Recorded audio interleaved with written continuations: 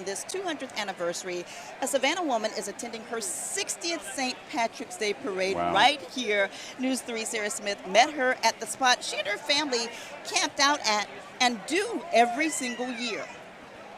Lisa McGalliard has many memories here in Lafayette Square. She's been coming here for 47 years to meet up with her family and friends ahead of the annual St. Patrick's Day parade. But she's been attending it since she was a little girl. That makes 60 years worth of tradition that will continue for generations.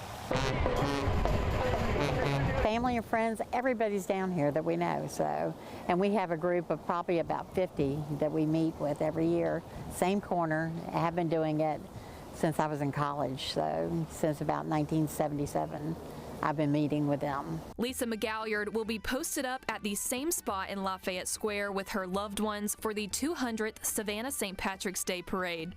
She first watched it when she was a child. Her mother was a florist, so she and her siblings watched the parade together. She was busy doing all the corsages and all the horse bows, and she was really busy with the parade. So we would sometimes come with our nanny, so down to the parade. But when Mom was off, then she would take us downtown. But it was downtown when we came. Now she comes here to the square with her daughter, Sarah, and their family. They have never missed the parade, rain or shine, and they always make sure to pack the essentials and claim their spots the morning of. We put up our tent. We have all kinds of food. We have beverages. And we usually come the night before and put our chairs on the side of the road. And then we also spend the night, but in the past couple of years, we've come at about 4 a.m. instead of coming at 8 p.m. the night before. But they claimed their parking spot even earlier. We actually, about 3 days before, we come park a car down here. And that's kind of our loading zone. So we'll make trips every night and drop stuff up and off in that car. So everything's ready for the day we did, for the night before when we come down. Lisa remembers a time when they didn't have to participate in the infamous land rush. For years, they posted up at the Hamilton Turner House, where her husband was a member of Phi Kappa Theta. But now they joined the chaos that morning. For 20-something years. That's so fun. 6 a.m. Everybody's waiting on the whistle, and someone will say, "Oh, I heard it," and everybody will start rushing, and they'll blow it and like, "Get back out of here," and then we do it again.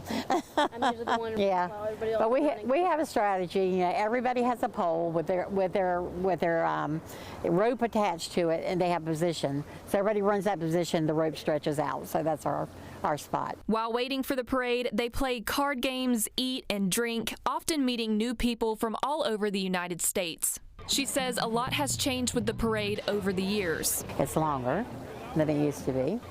The route has changed, and you know, I don't know. It's just the crowd, of course, has changed. It's huge now. So it's always been big, but every year it seems like it gets larger, and especially on the weekends, it's even bigger.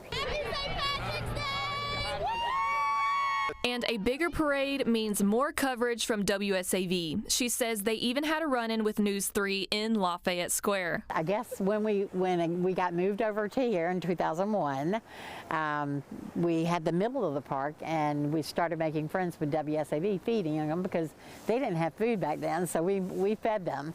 And then later on, they started taking this area, and we got booted out of our spot. But they won back some of their spot after making friends with production manager Jerry Perlman. Mr. Jerry and I, or my husband, made a gentleman's agreement for us to have our little corner of the world over there. The family has even made it on our broadcast, and you can see our setup in several of their pictures. Hey. Hey, there we are.